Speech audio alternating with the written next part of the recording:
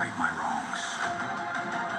This time, no Heyman, no vision, no hiding from who we are meant to be. The Night Champions, Braun Breaker, Seth Rollins.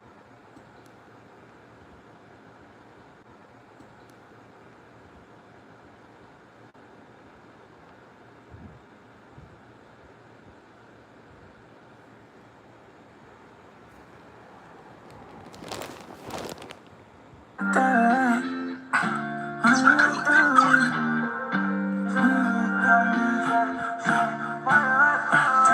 Tell me why you act that way. Tell me why you act that way. Why you act that way? Tell me why you act that way. Tell me why you act that way. Why you act that way? When I take drugs, I would say. When I take drugs, I would say. I take drugs, I would say. Who got money? Who got eat? Who got purse? Who got gas? Who got light? Wanna tell me slow down for OD? Mix the pressure out of raw, swerving in the vid. Wanna fly high, baby? Take this off a bed. Tell me what you like, we could get high, staring at the moonlight. Take the trip to Paris, buy whatever you like. You don't smoke weed, but you take strong right. And you look a little lusty, baby, come suck it, baby. Treat you like a princess, girl, you're not my other leg. And she got a scribbling ring, so you know I fuck her crazy. Mix the Aggie with the fat, but got a nigga feeling like. What's the word? It's your boy, Nina Brown, brother down back in time, back with another one, you feel me? I ain't gonna front, child. I wanna tell you this story, bro. What up, Rico?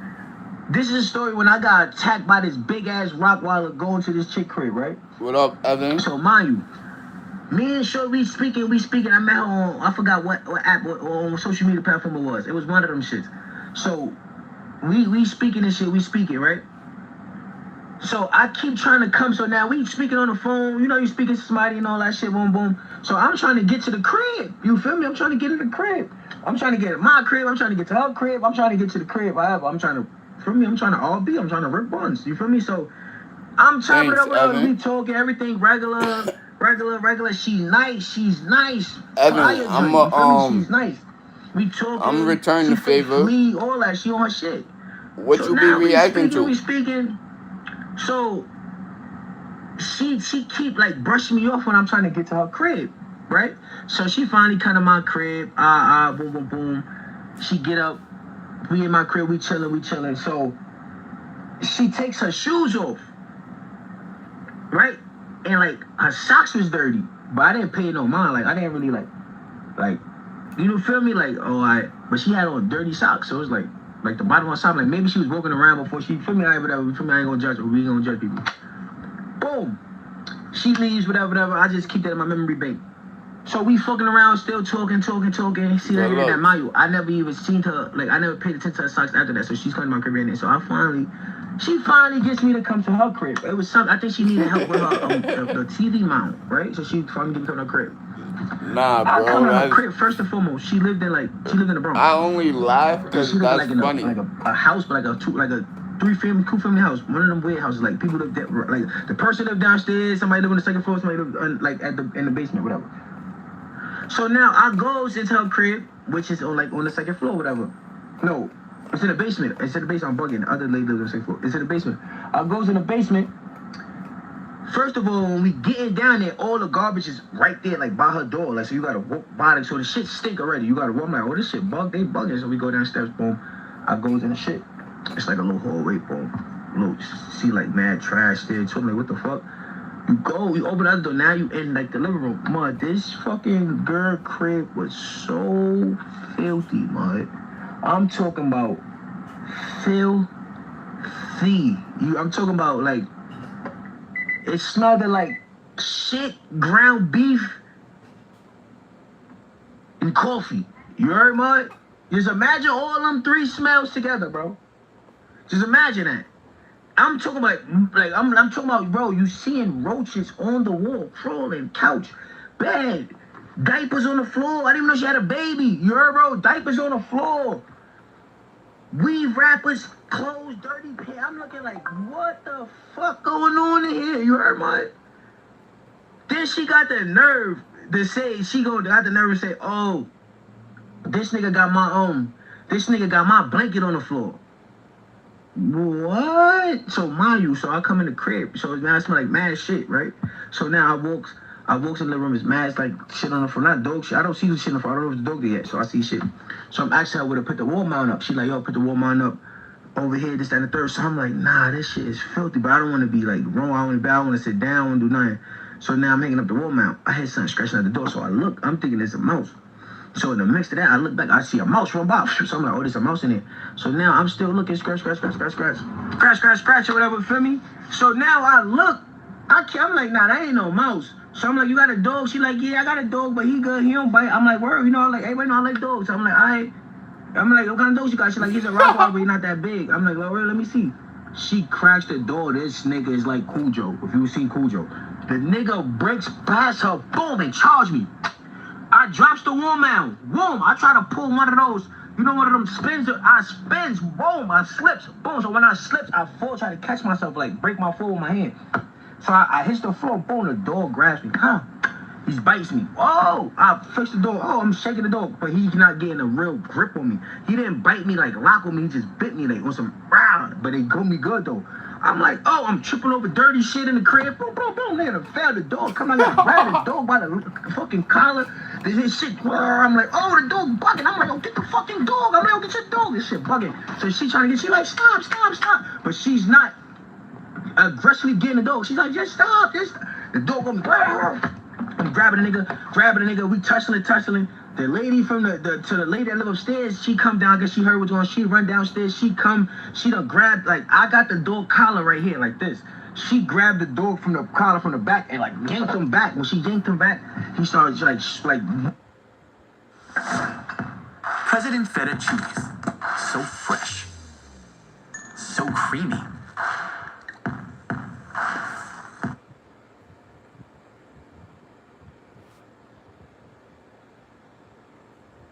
Would not run away from home. I done looked underneath the bed, I done looked in the closet, I looked everywhere. I was like, well, maybe she's just hiding for her to go sleep with you in the house.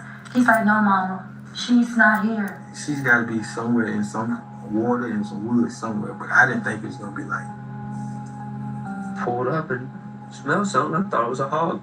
But Yo, walked back up the rail just a swear. little bit. Yeah. It wasn't a hog. When 12-year-old Naomi Jones woke up on May 31st, 2017 at her home in Pensacola, Florida, she had no idea the horror waiting just around the corner. Later that day, her mother received a call from Naomi's two younger brothers. They were fine, but there was no sign of Naomi, who was in charge of watching over them. As an investigation into her disappearance gets underway, those looking for Naomi have no idea just how close she is the entire time. I had 2 missed calls and I was like, who is this number? And then I realized in text messages, I was like, oh, let me call him back. And it was like, Mama, I ain't seen Naomi. I done looked underneath the bed, I done looked in the closet, I looked everywhere. I was like, well, maybe she's just hiding for her to go sleep with you in the house. He's like, no, Mama, she's not here.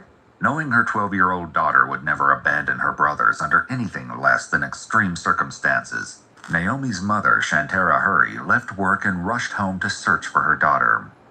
When there was no sign of Naomi, Shantara called the police to report her missing. Authorities took the report of a missing child seriously and jumped into action. Right away, they began canvassing the apartment complex where Naomi and her family lived, and surrounding neighborhood, as well as organizing a foot search. Their efforts quickly turned up some distressing evidence. Outside the complex on the side of the road was a lock of dark brown hair. Naomi had a hair weave, and investigators suspected that this hair could have been torn or pulled free during a struggle. This theory was further supported when they found an additional lock of hair some feet away in the grass. Police, along with Naomi's friends and family, distributed missing person posters around the area. They also interviewed all of the residents at the apartment complex, including Naomi's younger brothers. Because they were the last to see Naomi before she vanished, it was important that police learn everything they could from the boys. However, interviewing a 10-year-old and a 4-year-old was no simple task. Most of the following footage has never been seen before. I was in the bathroom, Dad. My sister had walked outside, and my brother told me Naomi's coming. And I went outside to look, and then I called my mom. What did you use to call her? My next door neighbor's phone. Were there any other phones in the house? My sister's phone. Tell me how come Naomi didn't take her phone. I think it was because she wasn't going anywhere for it. She takes her phone everywhere with her. Mm-hmm. While the boys were being questioned, police also took the opportunity to speak more with Shantara. She was more certain than ever that Naomi had not left home by choice. I know that Naomi would not run away from home.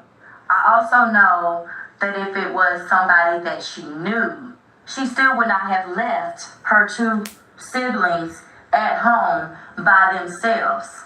If they feel any unction that Naomi is going somewhere, they hop right up, they're her shadow. You get what I'm saying? So I'm even wondering if my baby even has shoes on. Because I'm looking at all her shoes and whatever, and I don't see any shoes missing. You get what I'm saying? Like, if her not to say, Naomi, I'm going with you. It was nothing that gave my 4-year-old the unction that Naomi was really going far. In addition to insight into Naomi's character, Shantara was also willing to share some of her suspicions about who may have been involved in Naomi's disappearance. The person of most interest, according to her, should be Naomi's father, Robert Jones. What's your gut tell you about this whole thing? Robert, I just want to try to figure out who lured her. It's not really much that can really lure her in either besides her father. The person who she wants to get her attention from, the person she hasn't seen in so long. The police dutifully followed up with Naomi's father. 75% of summer flings won't get their fling on this summer. Don't become a summer statistic. Get outside stat with Banana Boat's sheer light touchable protection.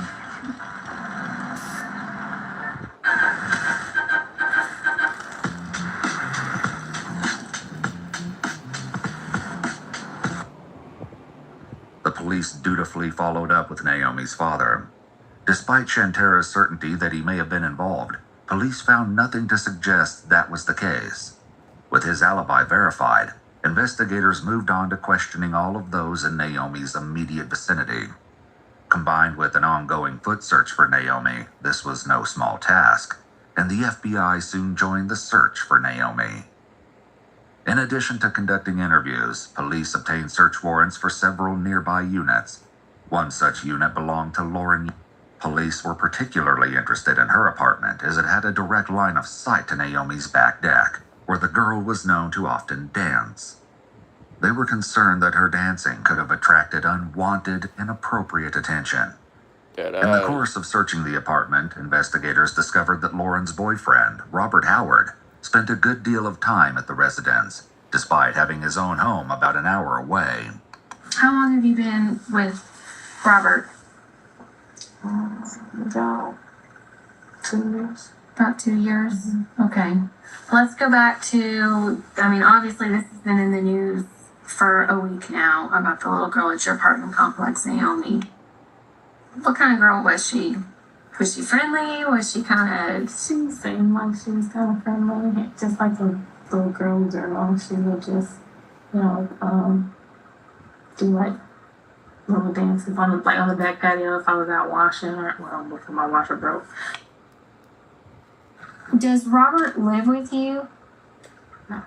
So, explain to me how that works out, because he's up in Bruton at work and he also keeps the place up there too. Mm-hmm. Like averaging a week, how many times do you stay the night at your house? He always stays Friday and Saturday night because he's off. But just depending on his work schedule, he'll come. And if you're at work, does he stay there without you sometimes? Mm-hmm. The story will only take a bizarre turn from here. In the course of performing due diligence, police looked into Robert, and what they found sent alarm bells ringing. What do you know about his past? He on the I registry. know that he got convicted back in the late 90s, right after high school. Do you know the details of it at all? Or what he's told you? Some details on that. There was a girl who accused him of her and not being able to afford any kind of lawyer or anything like that. He just, he just published it from there. He was telling me about witnesses that wouldn't take his witnesses on his side, and they just listened to her, whoever that her people had or her. In 1999, Robert Howard was convicted of 2 counts of assault in the state of Alabama. He served 15 years in prison before being released on probation in 2014. Since then, he'd been registered as an offender. Upon learning this, police were immediately suspicious that he could have been involved in Naomi's disappearance and brought him in. Robert informs the police that he was at the gym on the morning of the incident and returned to Lauren's apartment around 11 a.m. Soon after, he went to see Lauren at work, and both returned home half an hour later as Lauren wanted to change her shirt. He further shares that they were only at the apartment for a short time and left again around noon so Lauren could go back to work. Robert tried to go to the dollar store but chose to stay in his car when it began storming. It seemed that Robert had a solid alibi for the entire day Naomi went missing. After that, I headed on out to Bruton to go see a friend before they went to a funeral. This is where investigators began to question the series of events. According to Robert, he left Pensacola to visit a friend in Bruton, then turned around and drove an hour all the way back to Pensacola, then went back to Bruton again to clock in for work. It was clear that something wasn't adding up. How come on Wednesday you went to Bruton, came home just to get your stuff, and then went right back to work? I went to see my friend. Uh-huh. I mean, this is somebody that my girlfriend knows nothing about, so I went to see her. Because I said her uncle had passed. I'm going to see her. Right. How come you didn't take your stuff with you, though?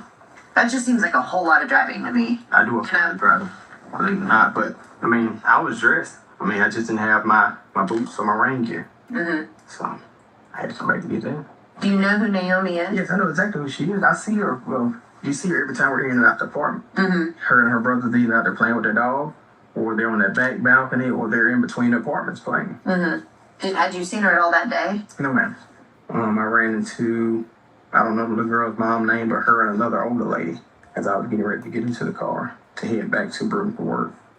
And that's when she asked me, have I seen her daughter? Yeah, I was coming down the steps as I put my boots in the back seat, and I was getting ready to get into the car. Actually, her friend that was with her asked me first, have I seen the little girl? And I'm like, well, no, ma'am, I just came out the apartment. And she was like, well, it's my daughter. And I'm like, well, no, ma'am. She's like, well, she's missing. And I stood there and talked with them for a minute before I left. This incident would have chilling implications later. While it was odd, it was far from a reason to detain Robert further. Police would confirm his alibis, but for now, they focused their attention on those closer to Naomi. For example, they interviewed Shantara's ex-boyfriend, Bruce.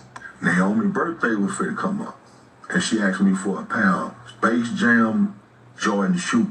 But you said you were just over there at like a little cookout or something, right? Like a month ago? No, her mom called me over there. They was cooking shrimp and fish or something like that. And I went over. Naomi texted you wanting certain shoes. Yeah, she wanted the shoes, the Space Jams. And I said, since you've been good and you kept your grades up, I said, listen to your mama, obey your mama, follow what your mama say, and I get you them shoes. And her mom's fall out. I don't text her nothing. Because she said I owe her $70. According to what Bruce told police, his conversation with Naomi was simply his attempt to be a positive influence in her life. He also stated that he'd recently come back in contact with the family and thought they were on good terms. But when Shantara told him to stop talking to her daughter, he said that he respected her wishes and ceased all contact. Before parting ways with the investigation, Bruce gave some insight into Naomi's behavior. Let me tell you something. Naomi don't go nowhere, sir. She don't let them kids out the house. The boys were home. They stayed in the house. Naomi don't go outside like that. Naomi like the phone. She like computers. She like to be in her room. She like to be by herself. You ever see her go anywhere without her phone? The phone was left in the house. No. It seemed that everyone who knew Naomi was sure that she would not wander off on her own. As time ticked on with no further signs of Naomi, the case was looking increasingly grim. The foot search continued, expanding to cover a 3-mile radius surrounding Naomi's home.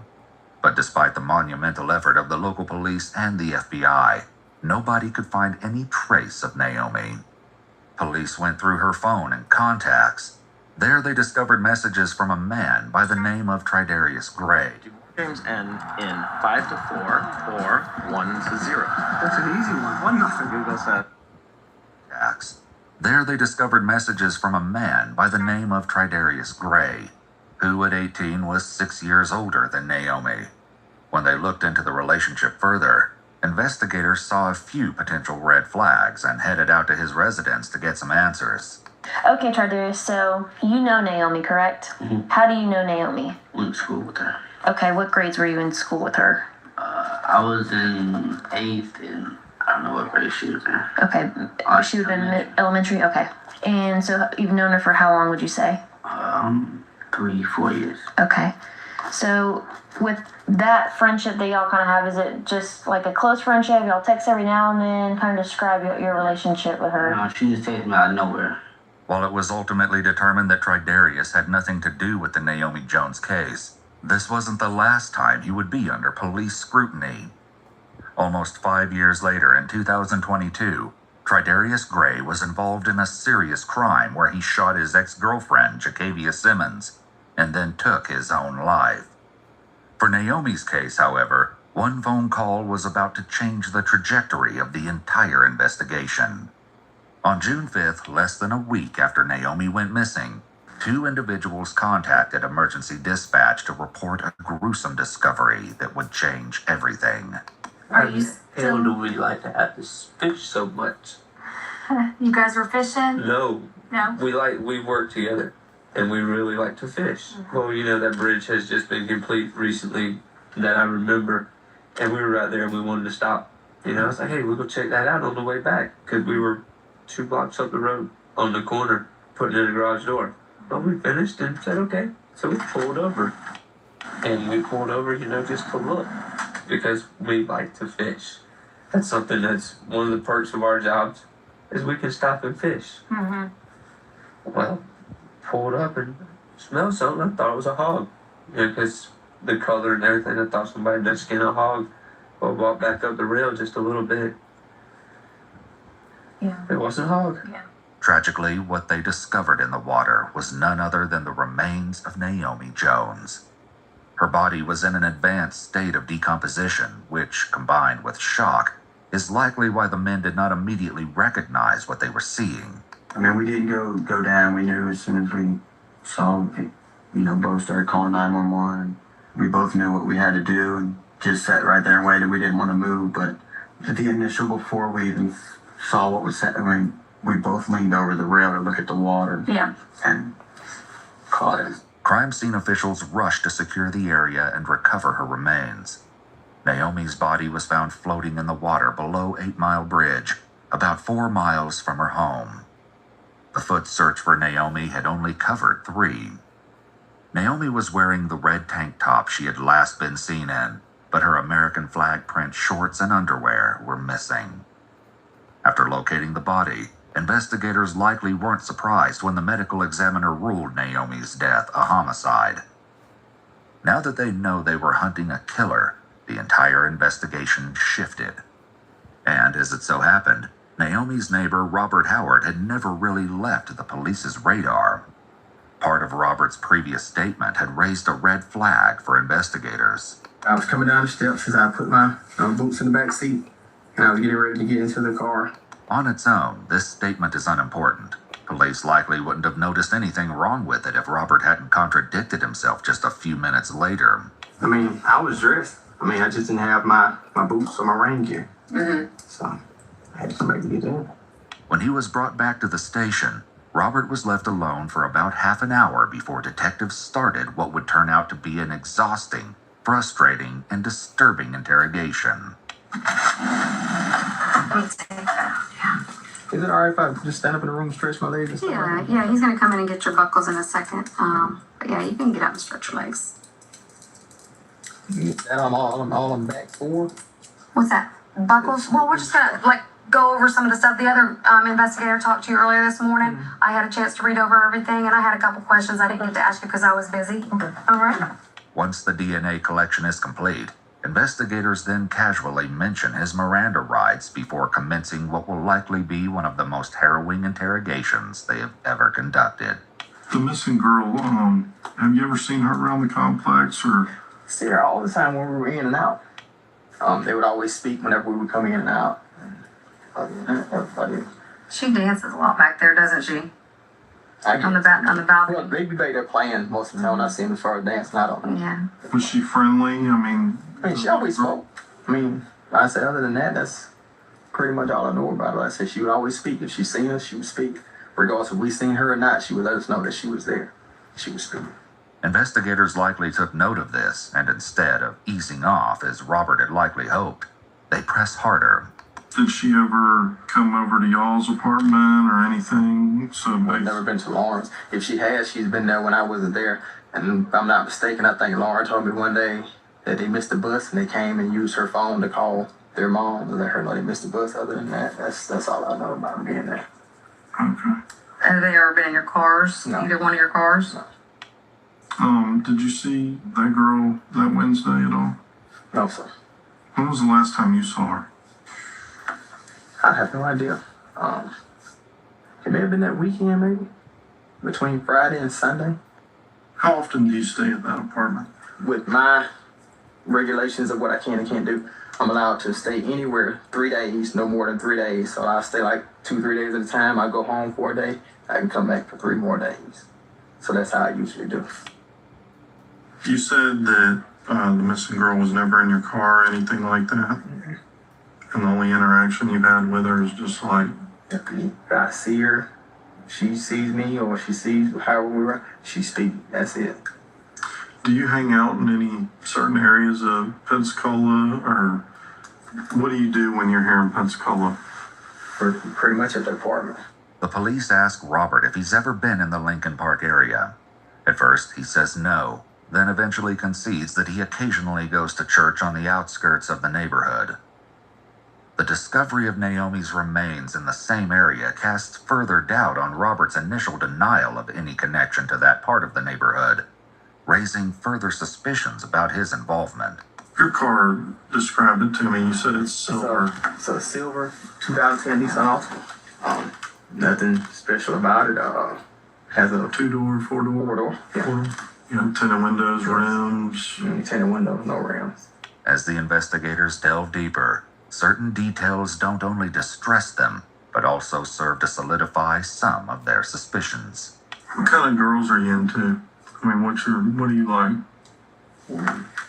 I like grown women. I mean, women is my age. I mean, I really have no preference of what size or, you know, how fat or how skinny, how tall or how thin. But they're gonna be legal, you know. I don't fool with no kids. I don't mess with no teenagers, anything like that. I got you. I mean, you like younger girls, like... I mean, I haven't been with anyone younger than Lauren. What's the youngest girl you've been with? Lauren is the youngest girl I've been with. She's 30? 30, yes. In response, investigators drop a surprise reality check to rattle Robert further.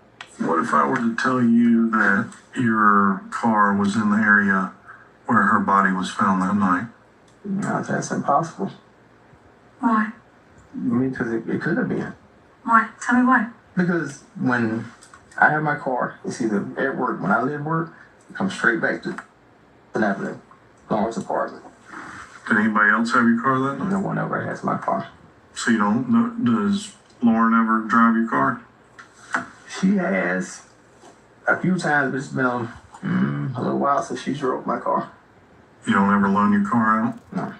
Given his earlier statement about visiting a friend in Bruton for a funeral, police followed up on his alibi in an interview with Yolanda Mitchell, who was willing to challenge part of Robert's statement. The only reason that I remember May 31st is because that is the day of my uncle's funeral. That's the only reason I remember that day. And he did not know that that was the day of my uncle's funeral. He did not know when I was going. He did not know what time the funeral was going to be. And I told the detectives that called me, I don't delete text messages. So I have all the text messages that we've ever sent to each other. And I think it was about 12:57 that I sent him a text that said, please pray for me and my family. This is going to be hard. And he texted me back like at 1:02 or something like that. I don't remember what he said. He said something about, are you okay? Or do you need to talk? Or something of that nature. The thing about that is that we already have your phone records. Okay. And you were at the apartments at 1:30. I was gone at 1:30. Phone records show no, you were there at 1:30. That phone number you gave me is the phone number we subpoenaed for the records. You were at the apartments at 1:30. You were not in Bruton. I was on my way to Bruton. You were. I'm not going to argue with you. I mean, you don't have to argue, but okay. If you say I was at the apartment, just please search my license. Nothing has been changed in my car since the day that the first officer flipped through it and looked through it. Everything is in there. If you find anything in that car, it's going to be from your Yolanda Mitchell. When she sits in that front seat and talks to me. Other than that, that's it. While Robert insists on his innocence, he likely doesn't know that the investigators have already spoken with Yolanda and gathered more incriminating information against him. She also revealed that he hadn't been completely upfront with the investigators about the nature of their relationship. What was your relationship with him? It's not really here. It's not going to be anything we're going to ever bring up other than maybe, friends, but more than friends. Okay. Nobody really knew about our relationship. Okay. Investigators now get more aggressive in their approach as they push him further to the edge of truth. I think one or two things happen. You either have a fetish or were attracted to Naomi and you got her to get in your car and things might have gotten, let's say, a little carried away, or either you're just a stone cold killer, man. Well, I mean, it's one or the other. Neither, because I never got her to get in my car. She's never been in my car. That's why I've never cleaned my house. I've never cleaned my car. Because of that. So I feel like if I clean that car and y'all find it clean, oh, well, he cleaned it before we can get to it. That's why I didn't do that. Why would you even think? Because the day that when they looked through the day that they questioned us, I had to get a brake job done. I told. What day were you questioned? Friday. Okay. And I told the guy, I said, well, I had an appointment to get a brake job done at 10. I said, I'm not leaving because y'all questioned me. The other guy that's with him came, looked through my trunk. He opened my back seat, looked in it, front seat looked in it. And from that day there, I said, don't clean this car out. Because I feel like, it's eventually going to come. So, I'm already, have a status friendly. So, whatever I have is going to be searched. I feel like that anyway. Right. Because I'm already a potential suspect. Again, you say that. But wouldn't you agree you had time to clean the car before you were even questioned? Sure, but I didn't. There was no need to. I told Lauren the same thing. What made you feel that way? Like I just told you. I feel like, when you look through it, I'm right there at the complex where this child's missing. I'm right there. I'm already, like I said, from the status is over my head. Already. So, I'm right there. So, he's right here. So, why not just check him out? Right. That's why. What police don't mention is that they've already done exactly that, and what they found inside made their blood run cold. We have your car on video. We have your phone records that show your exact route from where you were at, from the apartments to Bruton, back down to where she was found, and they show exactly which route you went. You can't deny it. It's your phone number.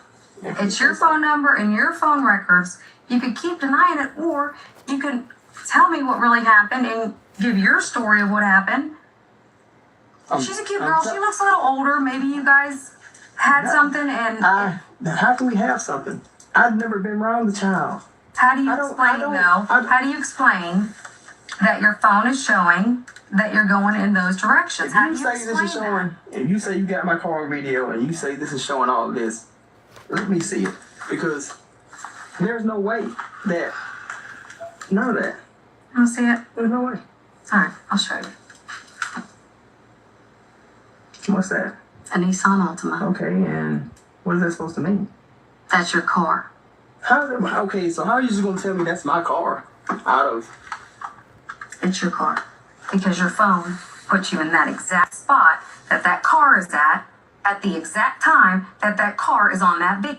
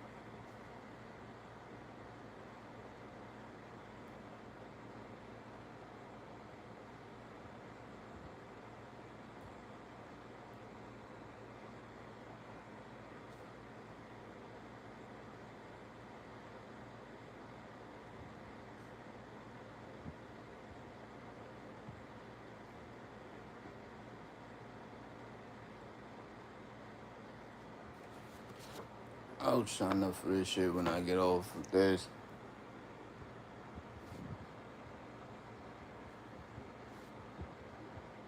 Word. We don't say so. I mean, that's what the evidence says. That is not my car. That's not my car. That child has never been in my car. I've never had that child in my car. Like I said, me and that child has never been in spitting distance of each other. Never. While Robert continues to build on his web of lies, investigators have solid proof. According to the medical reports, Naomi had been assaulted before her death. Before even breaking the evidence seal on the door of the vehicle, crime scene investigators noticed what could have been blood on the back end of the vehicle. When police inspected the interior of the car, they found similar stains on the back seat. As Robert fiercely denies ever having Naomi in his car, the investigators, certain they have him cornered, become increasingly confrontational. So you are a cold-blooded murderer. How am I? Because you're sitting here deny, you don't care, you just put it like you just deny everything and lie because we have proof that you're lying. But this child has never been in my car. Me, a 12-year-old baby is dead, and you're sitting here lying through the whole thing about where you were for some reason. I've never had her. To stash her somewhere. I've never had her. She's never been with me. She has. You killed her. No, I did not. What'd you do then? I didn't do anything. You were that baby. Okay. I can't argue with what you think or how you feel about it. I can just. She just turned 12. She's 11 years old. I did not touch that child. I did not have that child. Investigators found a windbreaker on the back seat of his car that was also stained with what could be blood. Chillingly, there was a copy of Naomi's missing person flyer on the dashboard, along with cleaning supplies in the trunk. Also in the trunk, alongside the cleaning supplies, were a pair of boots that Robert said he'd forgotten at home. A second pair of boots were also in the back seat. The blood they found on the side of the vehicle. The only On the side of it. Yes. 45 blood on the side of it. Is on the passenger side in front of the rear tire. The most damning evidence investigators found while searching Robert's vehicle was blood on the exterior of the car, below one of the back doors. This could have been left when a body was put in or taken out of the vehicle. With all this information, police knew they were on the right track before Robert even started trying to sell them a story. Was she scared? I don't know. She was. I didn't have her. Did she cry? I didn't have her. Did she try to fight? I heard she was a fighter. I never had her, so I don't know. You asking me things Did she have a chance to fight? I don't know. I have no idea. You asking me things that I don't know nothing about.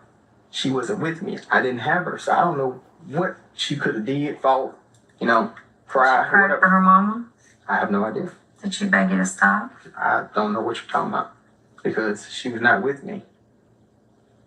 She was not with me. All aside. I said, I don't know nothing about this kid. And that's fine. I just want to know why you were over there. When I came home, sometimes when I come home and like, I ride around and see what I can find out to hook up with. Okay. That's what I was doing. Did you hook up with anybody that night? No, you didn't find. Do you know that area, or you just were driving I just was around? driving. Just was driving. What if I could tell you that you stopped on that bridge? Where? Right there where she was found. When you turn off Detroit on the Ashland there. You go up past that business a little ways and there's a bridge there with big concrete things and rails on top of it. Yeah. That's the only time I stopped when I got back up to that corner. That stop sign. You never stopped on that bridge? You sure about that? Thought we were being truthful. We are. No, we're not. You stopped on the bridge to put her body in the water. Naomi's body. Did you throw her over the rail, or did you drag her around the side? That's the question I had. I was wondering throw her about. on the rail. I didn't drag her around the side. I did not dump nobody. I did not dump nobody anywhere. She was not in my car. Anything. She in your trunk? No. No. Not at all. Why are you stopped on that bridge a minute and a half, 2 minutes? And I did not stop at the bridge. The video shows otherwise. Okay. It's undeniable that you So you stopped said a on minute there, stop minute and a half, 2 minutes. Yes. If something like that was to happen, then you got clear-cut picture if that's the case. He asked you, why'd you stop? I did not stop. The reason police were confident about Robert stopping at the bridge was because a good Samaritan, Charles Wright, had come to their aid. While Charles wasn't directly connected to the investigation, he had an interesting reason for coming forward to speak with police. What made you go there to look for her? Because, like I said, I don't know them per se, but if it was somebody in my family, I want somebody to look. And I just, any water, woods that I can think of, that's where I go. And then you just stopped real quick just to check. Right. Okay. Because I mean, like I was telling her, she's got to be somewhere in some water and some wood somewhere. But I didn't think it was gonna be like. Where you checked. In a strange turn of events, Charles's assumption that she had to be in water or in the woods was right. And despite a random search, he stumbled upon the exact area Naomi would later be found. Try to remember exactly what you saw when you looked down. Did anything look disturbed? Anything look out of place? Notice anything just a little off, odd? Not really, because it also rained Saturday too. If I'm not mistaken, I think it rained Friday too. I think it rained a lot this week. Yeah. It's just, sometimes it's just like kind of junky over there anyway. Like I said, people throw debris over there a lot, like deer carcass, stuff like that, trash. But I mean, I don't know if I overlooked, but like I said, once you lean over the, nothing. So While he wasn't the one to discover the body, Charles's knowledge of when her remains weren't in the water was invaluable. Police now knew that the body was likely not disposed of until after Charles checked under the bridge. Thanks to the medical examination, they also knew that the body had been in the water for at least a few days. This put a rough boundary on the period during which the body must have been dumped, a timeline strikingly in sync with Robert's movements that night. As Robert continues to play hardball, investigators pivot to asking him questions that might likely trigger him into confessing. Do you have problems getting? Never have. Never have. And as far as me, a 12-year-old, never. Never. How about you and Lauren? They don't even, that kind of child don't even appeal to me no kind of way. To the point of I would even think about trying to have the child. That kind of stuff didn't cross my mind. I know nothing about this child. Who she's been with, where she went, who she went with. I don't know nothing. Nothing. I'll be right back, Chad. Or any other child for that matter. Go grab me some ice. Why would you say any other child? I'm just saying, just put it out there. Because I've never messed with a child, period. That's what I'm saying. Now is your time. When we walk out that door, we're done. You're not going to have another chance to tell us your side of the story. I told you I could prove you stopped right around that bridge. Okay. And then, not only that, Robert, you stopped on there one time when you're coming back towards Detroit, and a car passes you, and you got spooked, and you go back to Detroit, and it's all on video, this part. You take a left, go down, and pull right in a driveway. Wait just a second, back up. You come back, turn back on the road, and go back to the bridge. And that's when you threw her body over. Okay. Sounds good. Am I wrong? Yeah. How? Because I never stopped. You stopped the car. You also pulled out and pulled into that driveway. You know good and well you did. Why'd you do it? I didn't. Then why's your car doing it? Is an alien driving your car? Might have been. You said nobody else drives your car. They don't. But hell, I mean, if an alien gets it, I'm pretty sure I can't. You said you're in your car at that time. And you're in that area. So, who else is driving it? I have no idea. You got a dead 12-year-old girl? Okay. And that's what you're going to go with? And I'm sorry that she is. Yeah. When you're charged with murder? How about this? She look the same? I'm trying to look the same. Not the same at all. I say I'm sorry about that, man. I say I have nothing to do with that at all. Nothing. No emotion. You're just a cold-hearted killer. Robert has shown Naomi's image from the crime scene, another attempt to get a confession out of him, but it fails to elicit a response. You know, that right there, not a normal reaction. People don't usually stare that hard Because, I mean, at it's that just, picture it's as sickening. you are. It's No, it's not sickening. You're enjoying that. No, what the hell am You're enjoying that. I promise you, I give you my People word. usually turn that picture over and they can't even look at it. It's so awful. I just want y'all to get that tested because, like I said, that is not her blood on my car. That is not hers. Where it comes from, I don't know. But it's not hers. You don't even care. No.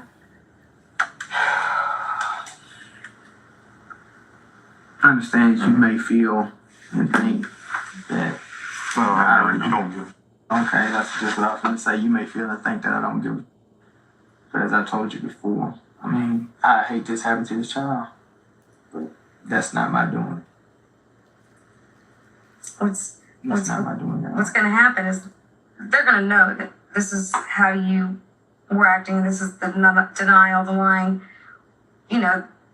pompous kind of attitude that you're giving off. Listen, but when you go up there, and we're going to prove this case, beyond a reasonable doubt, we're going to prove this case. And when you get up there and you're like, you know, begging, Judge, please don't give me the death penalty. I regret, I feel remorse, I'm sorry to the family. You know what? This right here is going to come into play. Because this is your true being right here. You don't give a that little girl is dead. Okay. And you keep saying this. I understand what you're saying. Believe me, I understand exactly what you're saying. But I'm telling you, this has nothing to do with me. That's why I want you to get out, and I'd be glad when it's done to prove that blood on that car does not belong to this child. That's why I never cleaned my car, because I figured this would happen. A short break later, when everyone reconvenes for hour 4 of the interview, the dynamic has changed, and so have the interviewers. The female investigator has been replaced, and the new investigator wastes no time in putting pressure on Robert. I mean, you know the technology. You watch TV, you see all the... We can put you at the scene, video, and we can also put you there by your phone. Right? We can agree on that. Okay? You admit to being there. So you probably have the better chance of winning the lottery than you do of being where a girl is picked up and where she is dropped off, murdered, whatever you want to call it, disposed of. Basically like a piece of trash. Thrown over half naked like a piece of trash. It makes you look like just one sorry bastard. I did all that stopping. I did all that. Why? But I did not dump this body. Was somebody else with you? No, no one else was with me. You were by yourself? But I was told that something would be there. What? It wasn't this when I looked. Or I didn't see this when I looked. What was supposed to be there? It was supposed to be as far as what exactly is it supposed to be something to benefit me? Like that. Something to benefit me, I guess. Some head? No, I don't hope not. But it was just supposed to be something, and I should have kept it. It was a note for me. It was a note on the car. All honesty, all the side. I said I never picked her up, never took her anywhere. And it says something to benefit you. From Naomi? No. Who's it from? It didn't have no name from nobody or to nobody. It was just on the car. That is the absolute worst story I've ever heard. I'm telling you the honest, the God truth. That is absolutely ridiculous. Listen to me. Listen here. Just listen to me. Let me hear this. Benefit you. Okay. How's it going to benefit you? Monetarily? It didn't say. It just said something to benefit you. As the investigator continues to prod, Robert finally poses the question they'd all been anticipating. A question poised to unveil chilling answers.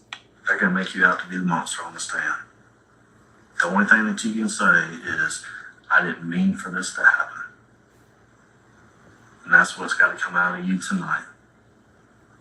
I didn't mean for it to happen. I didn't mean for it to go this far.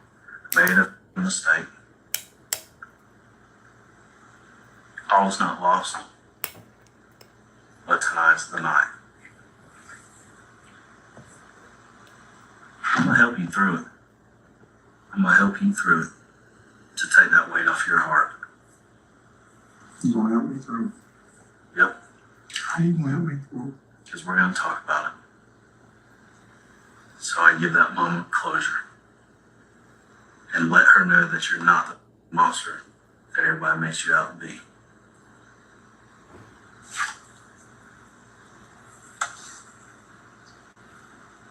Because right now, I'm your only saving grace. It's been right in saying that. I guess I knew you say you can't make me no deals. You can't. I just need something to write and saying. How about this? We'll talk about this. And I will give you my word that I will go to the state attorney and I will say, he came in here, we did a little dance, but he found it in his heart to talk about this, and he owned up to it. Whatever happens down the road is going to be up to them. Well, okay, you telling him that And that's still not telling me or guaranteeing me anything as far as this industry. And I can't do that for you, brother. I can't guarantee you anything. I'm not gonna sit in here and lie to you and tell you that I can. Hey, you know, Kind of number. 20. I'm not following you. Of time. 20 years, yeah. I know that may not mean a lot, but like I said, I mean, Unbelievable. she then came out, she spoke bad. Said she didn't like my shoes. And she said something that I didn't understand. Went on to my car. And she was like, well, where's Lawrence? It's Lawrence at work. She said, can I come in with you? And I told her no. And she couldn't come in. She kept on. I let her come over, I kept telling her no. She walked over to the steps as I was going up the steps. And she said, I'm coming anyway. I said, like, no. The further I went up, the further she came up. I make it to the door, she's at the top of the steps, and I tell her to go back home. Go home. Go home. She stands there and she's like, why can't I come in? Why can't I come? I said, because you can't. You don't need to be over here. Leave. In his version of the truth, Robert portrays himself as the innocent adult who attempted to discourage Naomi's advances, an account as unbelievable as the crime itself. I really didn't mean for things to go the way they did. I didn't try to hurt the child, but before I realized I had choked her out. While Naomi's ultimate cause of death was asphyxiation, she bore multiple other injuries, including lacerations to her face, neck, and other parts of her body. How? Just around the neck? Around the neck. I choked her out around the neck. And I didn't really mean for it to happen. I didn't mean to do it. I heard when she was found. That's why I said I would really like for them to take a DNA test, because they said when she was found, she didn't have on no bottom. She was fully dressed. She was fully dressed. I never took any of her clothes off. I never took anything anywhere. She was fully dressed. I even took her slides and left them with her. At the creek? Yes. I choked her out, yes. I'll admit that I did choke her out, but I did not. That's why I stress them, do a DNA test. No, do this 5 seconds. No, why did I have to put her in my car? No, I didn't do any of that. Just put her upstairs? No, I didn't have to put her in there. Honestly, she's a good-looking little 12-year-old. But that for her was not anywhere my intention, honestly. Though it's likely difficult for the detective to talk this way, he's doing everything he can to minimize the crime to get a confession and get justice for Naomi. Honestly, she's coming on to you. She wants to see her. That's what she said, but that's not me. I understand. It is what it is. I mean, she's trying to use it. But that's not what I wanted from a 12-year-old. Okay. That's not what I wanted from a 12-year-old. So you grab her by the neck, did you shove her against the wall or shove her against the door or what, while you were choking her? The corner of the wall. Corner of the wall, behind the door in the corner? I mean, I guess at some point she went out. Yeah. Then what happened? When she went out, I thought she had just blacked out, but I had choked her pretty damn good to the point where she wasn't breathing. So she goes out, and then you're like, oh, realize what happened. Then what? At first, I'm thinking that she's kind of so when I see that she's not, I really just panicked from that point. Where'd you put her? She's in the car. Right. In the backseat. In the backseat. So you grab her, carry her downstairs, and put her in the backseat? Honestly, I didn't know what to do. I felt if I tried to take her to the hospital, it would say that this is what I was afraid of. If I took her to the hospital, I would end up here. Right. Because, okay, it's better brought me to young girl to the hospital, dead or whatever. So I feel like I just had to, try to get rid of the body. This adds a horrifying new angle to the case. Thanks to the information provided by Charles, the Good Samaritan who had gone out looking for Naomi, police knew that Naomi's body had not been dropped into the creek until Friday at the earliest. That meant that Robert had kept Naomi's body with him for 4 days. Eerily, even when he had visited Yolundra, the body had likely been in the car the entire time. Did you go out to the car when you showed up? Yes. Did you get in the car? Yes.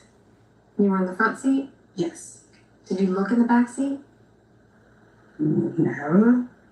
Okay, you didn't notice like maybe your raincoat spread out back there? I mean, I'm sure he had his rain gear because it was supposed to rain. Okay. But no, I didn't. Because he's saying she was in there. I didn't look in the back seat. I mean, I don't understand why he would let me sit in his car if there was somebody in his car. Like, at no point in our interaction did he ever seem like he was nervous or like he was worried about something or like anything was wrong. Like, there was never a point in us talking that it didn't seem right. Back in the interrogation room with Robert, investigators attempt to hammer out the final details of his confession. In the process, they make a heartbreaking revelation.